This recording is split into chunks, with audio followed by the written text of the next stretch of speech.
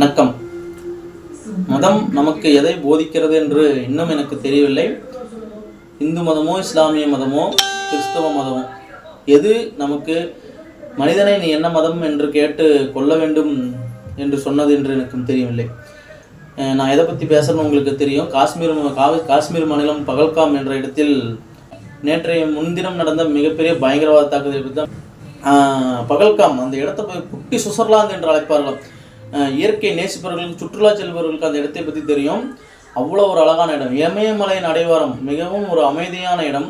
அந்த அமைதியான இடத்துல 26 பேர்த்தை சுட்டு பச்சை புல் போர்த்திய இடத்தில் சிகப்பு ரத்தத்தை ஓடவிட்டனர்.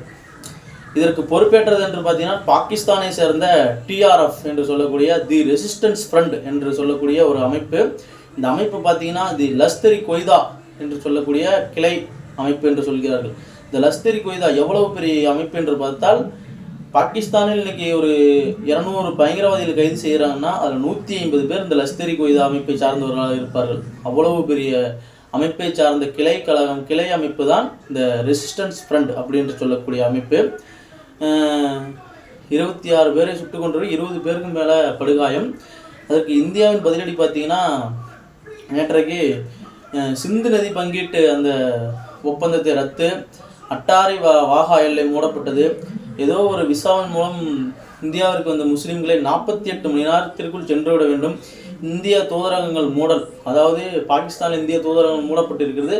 பாகிஸ்தான் தூதரகம் மூடிவிட்டு 48 மணி நேரத்திற்குள் சென்றுவிட வேண்டும், இல்லை மே 1க்குள் சென்றுவிட வேண்டும் என்று சொல்லியிருக்கிறது. அனைத்து கட்சி கூட்டம் கூட்டி கட்டும் நெருக்கடியை பாகிஸ்தானுக்கு கொடுத்திருக்கிறது இந்தியா.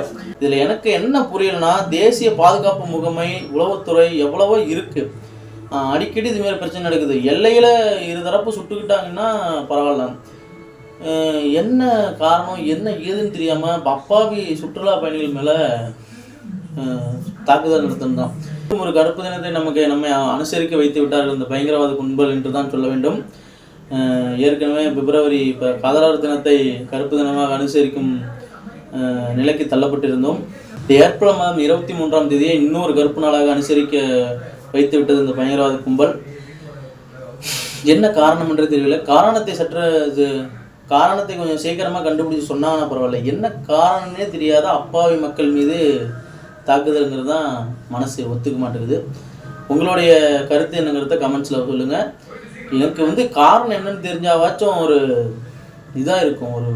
என்னடா இந்த காரணத்துக்கு தான் சுட்டாங்க அப்படின்னு சொல்லலாம். எந்த காரணம் தான் உயிர்கள் போயிருக்கக்கூடாது.